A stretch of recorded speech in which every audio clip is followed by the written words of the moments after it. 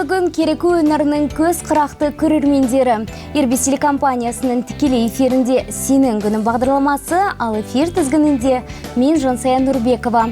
Бүгін апта басы дүйсенбі, 30 қазан, күз мезгілінің екінші айда аяқталуға жақын, далада алғашқы қар жауып, ерекше атмосферасымен көңіл күйді көтеруде. Десе де ауа райы құбылмалы, сондықтан барынша абай болып, жылы киініп жүріңіздер. Дорогие телезрители, сегодня понедельник, 30 октября. На улице выпал первый снег. Вокруг все красиво, не описать словами эту волшебную атмосферу. Кстати, о волшебстве. Сегодня у нас в гостях будет человек, который расскажет и покажет нам настоящее волшебство. Но пока не буду раскрывать все карты, вас ждет все самое интересное. Друзья, напоминаем, мы работаем в прямом эфире. Звоните по номеру 55 76 40 или пишите на WhatsApp, поздравляйте своих родных и близких с днем рождения или с любой другой знаменательной датой. Ну а пока вы дозваниваетесь, давайте вместе послушаем прекрасную композицию. Я қымбатты көрермен, сіздермен «Сенің күнің» бағдарламасы, күндеріңіз шуақты, дендеріңіз қуатты болсын. Ал біз әдеттегідей бүгінгі күн тарих беттерінде қандай атаулы мейрамдармен есте қалғанын айтатын боламыз. Бүгін халықаралық жаттықтырушылар күні. Түрлі деңгейдегі додаларда ел атын шығарып жүрген спортшылардың артында қашанда жаттықтырушының тұратындығы сөзсіз. Яғни әр спортшының жетістігі бапкер жұмысының жемісі. Осы ретте барша жаттықтырушыларды бүгінгі айтулы мерекемен құттықтаймыз.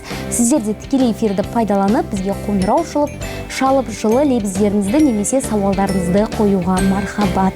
Бүгін сондай-ақ суланған кепкен нан күні. Бұл мерекені шай ішіп отырып, оған нанның қыртысын, кептірілген нан немесе кепкен тоқаш батырғанды ұнататындар атап өтеді. Кейбіреулері шайды осылай ішу дәмдірек болады деп санайды. Ал құрғақ нанды сулаудың қаншалықты қажеті бар. Себебі ол таңғы ас үшін өте қолайлы. Көптен бері құрғақ нан асқазан аурулары үшін ең жақсы дәрі болып саналады. Көптеген адам қазірдің өзінде дұрыс тамақтану үшін оны арнайы кептіреді. Ал қазір қымбатты көрермен назарларыңызға қызықты директор айдарын ұсынамыз. Бірге тамашалап алайық, кейін бүгінгі қонағымызбен танысатын боламыз. Арнамыздан алыстамаңыздар.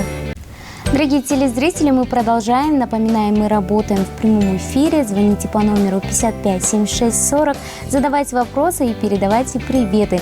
Ну а сейчас у нас в гостях известный иллюзионист нашего города, артист оригинального жанра Ильдар Жусупов. Добрый день. Добрый день. Как ваши дела? Добро пожаловать в нашу студию. Спасибо, все хорошо. Как настроение? Отлично. Сегодня классная погода, на самом деле первый снег выпал. Да, как говорят, сейчас я вспомню, у природы нет плохой погоды. Недавно ляпнул, говорю, у погоды нет плохой погоды. Да, бывают такие моменты. Ну давайте начнем нашу беседу. Вообще, сколько лет вы в этой сфере? Как все зародилось?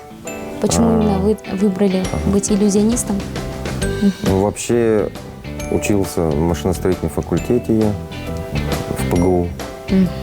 Думал, на завод пойду, ну, как обычно. Потом решил попробовать себя в нефтяной сфере, второе высшее образование. Как бы пошел дополнительно уже, после как первый закончил. Вот. Думал, пойду по сфере, ну, как бы нефтяника. Хотелось эту сферу больше изучить, поинтереснее было. Потом на завод пошел работать, на наш кастинг Павлодарский. Там проработал 3 года.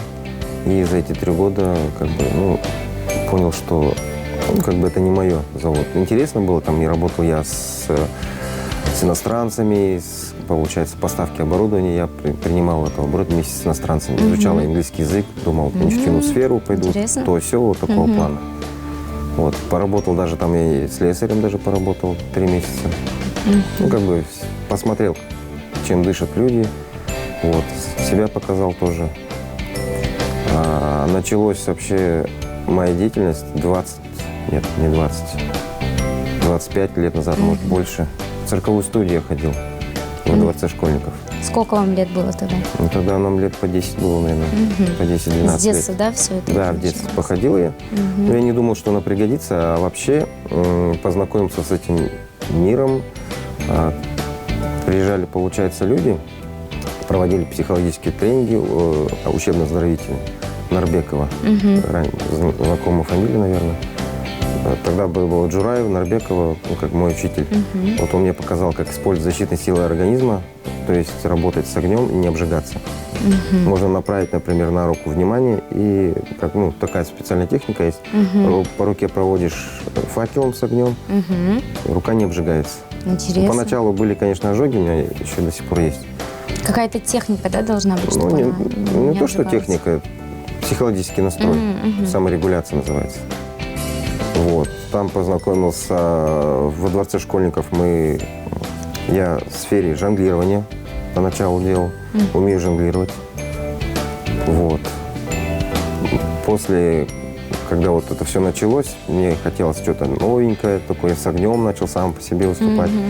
Познакомился потом в ресторане в одном, познакомился с парой, тоже известная, группа Шернияз сейчас. Нет, да. Да, Беков, Нурлан, Шахида, вот тоже мои учителя по постановке номерам, полностью по костюмам, они мне помогали, до сих пор помогают.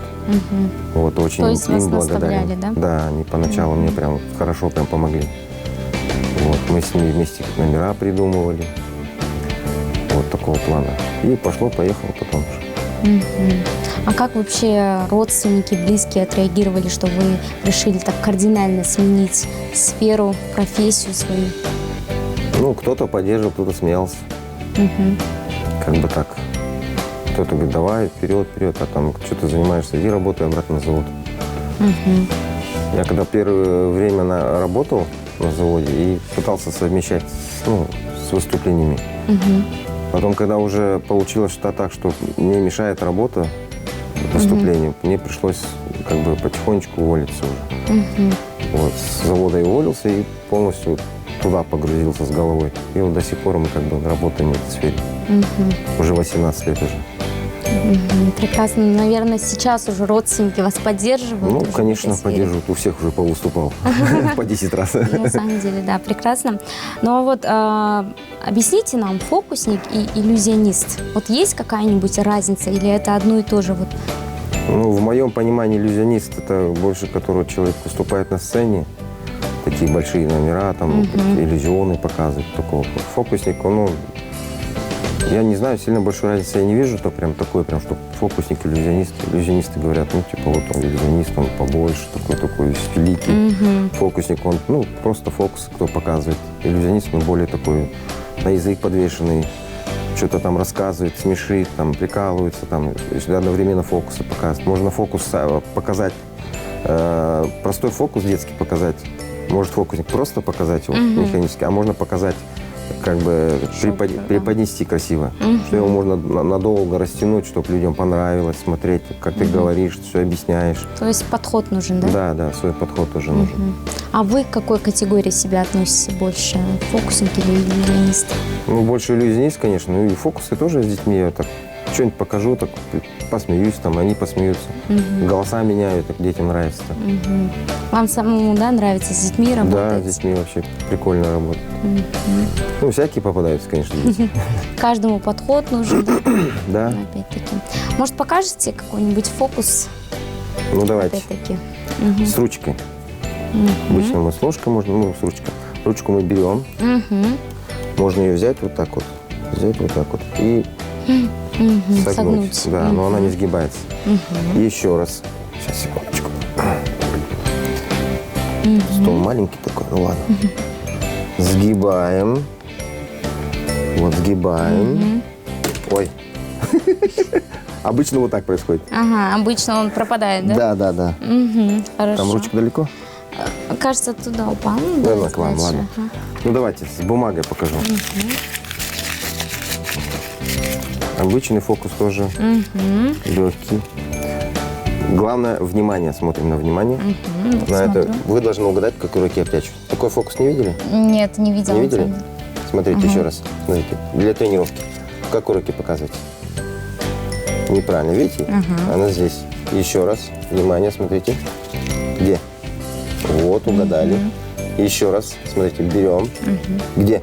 Думайте. Мне кажется, вот здесь. Не здесь, не здесь. Видите? Ого, а куда вы дели? Это фокус такой. Берем 2 салфеточки. Ну, можно сказать, бумажки. Еще раз. Смотрим внимательно. Готовы? И поехали. 1, 2, 3. Где? Здесь? Нет, не здесь. Нет. Но если вы голову Куда вы повернете, они вот здесь все лежат. Как это вы сделали? Наверное, так, да? Ну, это ловкость рук. Да, опять-таки опыт, да, за себя дает. А вообще, что входит в вашу программу, да? Какие у вас шоу-программы, трюки, может быть? У нас, получается, основной, который мы начинали вообще где-то 18 лет назад, это факир с огнем. То есть, Кстати, в Инстаграме вы подписаны как Ильдар Факир, да? Да, С этим да. связано это? да. Факир – это вообще человек, который занимается, ну, такой дервиш, с огнем работает, выступает с огнем, такой вот. Вот. Факир с огнем – это обжигание тела. Первый мой номер был. Руки обжигали. Потом глотание огня по языку проводишь. Во рту можно держать этот факел с огнем. Вот. Этой технике меня научили. Мой учитель Бикмурат Джураев. Очень тоже благодарен. Ну, не только он огню научил, он вообще жизни много научил. Вот. Потом есть второй номер тоже с огнем. У меня два их номера. Один такой обжигание, а второй там эти цепями кручу. Пои называется. Вот. Потом второй номер, который мы начали делать, это мыльные пузыри, которые до сих пор мы выступаем. Он как и для детей, и для взрослых.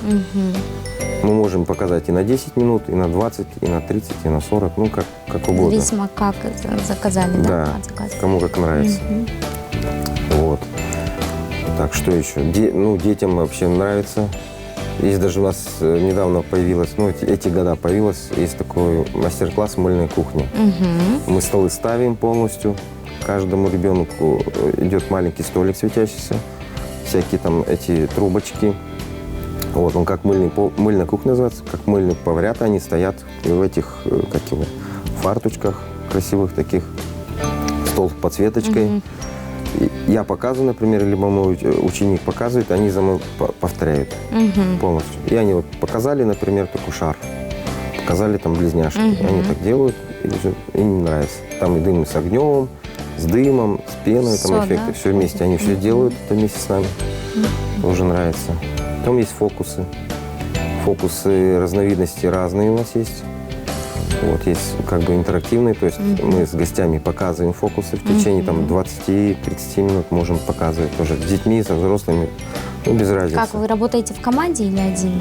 Работаем в команде, получается, у меня есть помощники, которые мне помогают, а выступаю я в основном один. Вы выступаете один, да? Да. Вот, есть ученица одна у меня уже, это моя племянница Айсура. Она работает с мыльными пузырями уже 2 года точно. Вот, тоже потихоньку сейчас. Костюм сейчас хочет обновить себя, ну, подросла уже. Давайте поговорим о мыльном шоу, да? Вот, О мыльном шоу давайте. как вообще начали заниматься этим и залог идеального мыльного шоу, по вашему мнению? Что важно? Залог мыльного шоу. Упорство, наверное. Упертость, упорство, желание. Потому что, когда я начинал это выступление в Павлодаре, его никто не показывал. Вот я это увидел в России вообще. Вы один из первых, да? Да, один из первых, да. По интернету увидел. И я его полгода, наверное, этот раствор и так смешивал, и так смешивал. Я не знал, что делать. И в конце, где-то на 5-м месяце, на 6-м месяце примерно, и вот какая-то формула мне попалась, и оно вот пошло. И начал потихоньку выступать. Но сейчас мы, как вам объяснить, сейчас мы специально заказываем ингредиенты с другой страны, не в Казахстане. Потому что то, что я делал здесь, местные производители, я не знаю, что-то где-то что-то не получается. Какой-то ингредиент не того качества, как раньше был. И поэтому раствор не такой уже получается. Вот приходится заказывать не здесь, а в другой стране уже заказывать. То есть раствор играет большую роль? Да, тоже роль большую играет. Температура, влажность воздуха очень большую роль играет. Например, в банях и в саунах нельзя показывать пузыри, они сразу лопаются. Хоть какой будет у тебя раствор, ничего не поможет, потому что слишком влажно. Прекрасно. Ну а давайте поговорим вот о огненном шоу. Вот почему вы решили именно заняться этим? В плане, это же очень опасно же. Не было ли страха огня? Ну, страх был, да, конечно. И сейчас есть страх. Потому что огонь нужно уважать, его бояться нельзя, потому что, как с огнем не шутят, говорят. Вот именно его, с ним точно шутить нельзя. Я просто восхитился тем, как мой учитель брал, палочку берет, вату намотал быстренько на веревочке, бензин обмакнул, поджег. Так, в руках держит, но рука горит, он ничего ему не происходит. Он не чувствует, да? Это потому что, опять-таки, психологическое высоко. Да, это как бы, это энергия какая-то, не знаю, может быть. Потом он берет языком, по языку проводит, ничего не... Я только говорю, научите меня. Он, ну, потом как-нибудь научил, говорит, и вот где-то через год, может, научил. Вот. Один раз я обжегся сильно в ресторане. Не буду говорить, в каком, я обжегся. Я выдувал огонь керосином, и, получается, много набрал слишком. И когда выдувал, и смотрю уже такая, ну, как облако огня, и перед глазами смотрю, уже идет вот эта волна, и успел На просто вас, да? рот закрыть успел, у меня подбородок загорелся. А как вообще в этот момент психологически, да? Вот страшно, наверное, Ну, было. шок был у меня. Шапку скинул, потушил, у меня там волдыри пошли сразу. И я опять хотел выйти на сцену. Все равно, да? Да, у меня шок был, и говорю, отпустите, я выйду. Меня там держали. А люди как вообще, зрители, отреагировали на Я это? даже не Они помню. заметили? Заметили, конечно. Да, но все же любовь к работе делает свое, да? После этого вы все же продолжали, да? Ну, я через неделю ровно вышел опять. Я как бы, ну, это мазать там, мази специальные. Через неделю чуть-чуть проходить начал, опять вышел, но чувствую, у меня так сердечко так стучит, прям так тук-тук-тук-тук. Боюсь быть, я такой, нет, надо, иду. Но все равно нормально потом было. Хорошо. Давайте тогда сейчас прервемся на небольшую музыкальную паузу, а после продолжим нашу беседу. Не переключайтесь. Дорогие телезрители, мы продолжаем. У нас сегодня в гостях известный иллюзионист нашего города, артист оригинального жанра Ильдар Жусупов. Как настроение? Отлично. После той песни, да, тем более. Ну, давайте продолжим нашу беседу. Вообще, какие еще есть у вас номера, помимо мыльного шоу, огненного шоу? Ну, про фокусы я говорил. Есть также у нас выступления, то есть с гостями интерактивные. Есть такой номер «Пиджак», называется «Волшебный». Когда человек выходит из зала, мы на него пиджак одеваем, у него руки в карманах остаются, и вместо его рук я со спины одеваю свои руки, и моими руками я начинаю доставать из кармана всякие разнообразные фокусы. Я ему говорю подыгрывать, как мне, где крикнуть, где улыбнуться, там, где посмеяться. И он делает вид, как будто он выступает. Вот эта фишка в этом. А люди как, они понимают, да? Да, главное веселого человека найти такой. Еще музыка там, джентльмен, да, что-то та-та-та-та-та-та, вот это идет. Вообще классный такой номер, мне очень нравится. Потом есть у нас тоже интерактивный номер с гостями. Тоже человек в пиджаке выходит, в своем же, только в своем. Получается, мою ассистентку мы вместе завязываем ее, шею, руки, здесь завязывают полностью.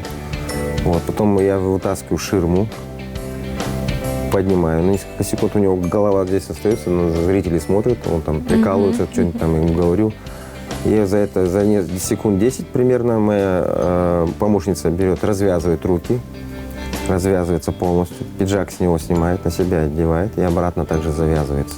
Интересно. Потом я опускаю, он поворачивается, он в шоке, что она стоит завязана, в его пиджаке уже одеты. Вот. Потом она прошлась по залу, всем показала, что все узлы на месте, ничего не тронуто. Опять заходит в ширму, я опять поднимаю на секунд 10, а она опять развязывается, снимает пиджак, а ему одевает, обратно отдает и опять также завязывается. Все, он смотрит, все целое, и все вместе развязываем. Ничего там, никаких там магнитов, ничего такого нет. Вот, такой номер есть. Потом мы делали номер, сейчас его, правда, нет уже, называется «Трансформация костюмов». Когда мы, меняете? да, костюмы меняем, несколько ширм ставят, штук 5-6. Мы с помощницей по очереди. Она заходит в хоп, я поднимаю. Она меняет платье на другое платье, потом, ну и в конце я в одном костюме, в конце я меняю в другом костюме. Например, в красном я выходил, в конце белым я уже. И сколько минут или секунд для этого требуется, чтобы быстро переодеться? Ну, вообще нужно быстро переодеваться, секунд там максимум 5, наверное, чтобы успеть быстро. Опять-таки. Вообще идеале там 2-3 секунды быстро. Ого. Хоп-хоп, вот так быстро. Ну, этого сейчас номера нету, как говорится. Свое отработал уже эти костюмы. Вот. Что еще? Какие у нас есть номера? Так, вот есть такие хорошие цирковые номера. Есть у нас африканский червяк, по-другому человек-пружина. Большой костюм одевается на человека. Как раньше пантомимия была, детская игрушка такая. Только сейчас вот есть у нас такой костюм большой полностью. И он только под музыку выбегает, только на приколе начинает там руки-ноги кидать. В конце как он в гусеницу превращается, потом в улитку, там что-нибудь еще такое. С одним костюмом, да, можно Да, он как этот трансформационный такой. И в конце он как червяк подбегает, там зрители сидят, неожиданно может подбежать на голову кому, как дети, типа, он кушает его, и там весь зал хохочет аж, смеются они. Замечательно, на самом деле. А вот на новые фокусы где берете вдохновение? Ну, интернет есть, есть Инстаграм. Как бы с многими фокусниками мы общаемся, с российскими. Вот, как бы можно с ними пообщаться. Ну, то же самое, сейчас сайты есть. Раньше, в принципе, когда я начинал, такого прям большой информации не было. Это были там... Интернет только появился, вроде бы, чуть-чуть. Да. И я вот там нашел там какой-то магазин, тут нашел магазин, знакомый там попался. Mail.ru еще был, помните, агент по переписке, чат вот эти. Mail.ru. Я с российскими там кого-то нашел, дай телефон того, и переписывался. Находил информацию, покупал, обучался. В Москву ездил даже один раз обучаться. Замечательно. Но раньше сложнее, да, было в этом плане? Нет, не один раз даже. Сколько раз? 3 раза ездил. 2 раза в Москву и 1 раз в Пермь. Ну а сейчас же с появлением интернета все намного легче. Ну да, проще. Проще. Купил тебе, ссылку отправили, сиди, учись. А сколько времени уходит на изучение нового фокуса? Блин, не знаю, смотря какой сложности. Вообще нужно долго тренироваться. Постоянно. Например, если карточные фокусы, то их нужно в день, не знаю, если времени у тебя много, у меня так сейчас времени нету много, то его нужно минимум 100 раз делать в день хотя бы, чтобы руки привыкли, как вот, не знаю, как велосипед это, чтобы потом руки помнили, не забыли. Вот. Вот в город Пермь ездили, кстати, очень интересная поездка была, мы с Динарой, с моей помощницей ездили. Вот. Там были международные иллюзионисты мировые, были, получается, президент Ассоциации иллюзионистов России, был потом Всемирной ассоциации Европы, вот это был мужчина тоже, потом с Италии, там все, получается, вот эти европейские страны, там корейцы были, там вот они вообще отлично выступают. Ну, короче, с многими познакомился, посмотрел, как выступают, себя показал, тоже мы тоже выступили. Призовых, правда, не заняли, но зрительские симпатии были. Да, уже хорошо, да? А вообще, как часто участвуете на таких международных, можно, республиканских конкурсах? Ну, давно сейчас пока не ездил никуда. Пока некогда. Прекрасно. Ну, а также вот мы знаем, что вы преподаете. У вас есть своя школа фокусников. Вот расскажите про это. Как давно начали этим заниматься? В прошлом году мы начали делать зимой, по-моему, после Нового года, каникулы с фокусником. Приходили несколько человек к нам. Вот. Ну, показываем, как работать с реквизитом, как разминать руки и базовые, получается, техники. Работа с картами, там, например, с веревками, там, с каким-то готовым реквизитом. Такого плана делаем тоже. Вот. Как выступать на сцене, как говорить. Всему, да, обучаются от начала, да? А вот сколько у вас в группе детей на данный момент и сколько им лет? А сейчас пока группы нету. Сейчас мы собираем. Вот на данный момент. Потому что сейчас как бы свои дела жизненные тоже, семейные, там, рабочие моменты тоже. Вот. В основном, наверное, в летнее, да, время проводится? Да, больше такое. Сейчас к Новому году, наверное, тоже будем проводить елки вот такого плана. А сколько лет вот в основном дети, которые к вам ходят, да? От 5 до 8 где-то примерно так. 10 лет. Ну, 10 не было еще. Спрашивали вот недавно, 10 лет. Не тяжело ли обучать, вот, допустим, 5-летнего ребенка? Или они быстро усваивают, как губка впитывают, или как? Или легче старшее поколение? Ну, чем постарше ребенок, конечно, полегче ему. Но не 12 лет, получается. Дети маленькие, 5-летние, у них ручки маленькие, им немножко тяжело с картами что-то делать. Там, это. Но все равно тоже стараются. Замечательно. Но я вот в Инстаграме видела, что ваша одна ученица, да, вот идеально выполняла фокус с исчезновением шарика. Вот сколько времени уходит, чтобы научить такому фокусу, Вы да? увидели, да? Да. Мы провели небольшое расследование. Расследование Да. Шерлока Холмса. Ага. Так, я не знаю, сколько. Ну, может быть, дня 2-3, может быть. Примерно. За 2-3 дня можно освоить, да, этот фокус? Да, ну, при желании, конечно, да, можно. Мои племянницы, они иногда берут фокус, там, берут мой реквизит и фокус показывают друг другу. У меня их, сколько у меня их? У меня их 3, племянник маленький. Вот, они берут, там, кольца возьмут, там, мячики возьмут, там, ходят, ажики-аташки показывают, прикалываются. Замечательно. А вообще каким еще номерам обучаете ваших детей, учеников в школе? Ну вот, получается, моя первая ученица Айсура, моя племянница, она, получается, с мыльными пузырями. Сейчас пока фокусы. Ну, пока все. На картах, да, вот, наверное, обучаетесь? На картах немножко. Карты тоже есть у меня. Прекрасно. Ну а давайте теперь в завершение, какие планы на будущее время, может, какие-нибудь мастер-классы намечаются? На будущее время, в ближайшее время намечается мастер-класс по мыльной кухне у нас. Будет у нас в торговом доме Беркат, это на Дачном. Торговый дом, говорю, это детский центр Беркат. Вот. Подождите, сейчас, секундочку. Будут предновогодние елки готовим сейчас тоже для детей. Кому интересно, пишите, звоните, проконсультируем. Реклама, такой номер телефона, такой, да. Ну, вот ближайшие планы пока такие. А вот мастер-класс по мыльному пузырю, это, получается, любой желающий могут посетить? Да, ребенок от 5 лет и выше. Там интересно то, что ребенок не просто смотрит, как пузырь надувается, он его сам делает. Такой большой, поменьше. Он еще стол светится красиво, так интересно.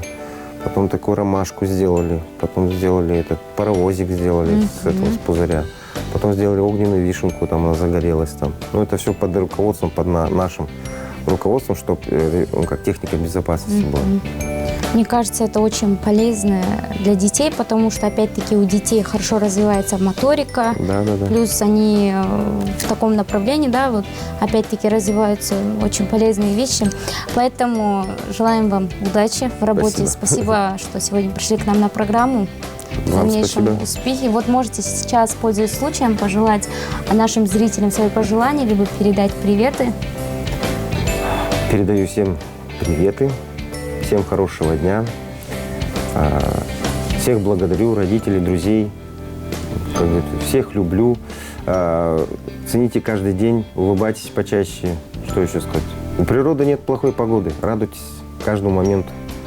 Как говорится, не ждите волшебства, будьте этим волшебством и чудите сами.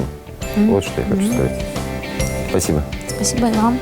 Дорогие телезрители, мы только что попрощались с гостем нашей программы, ну а сейчас у нас короткая реклама, не переключайтесь.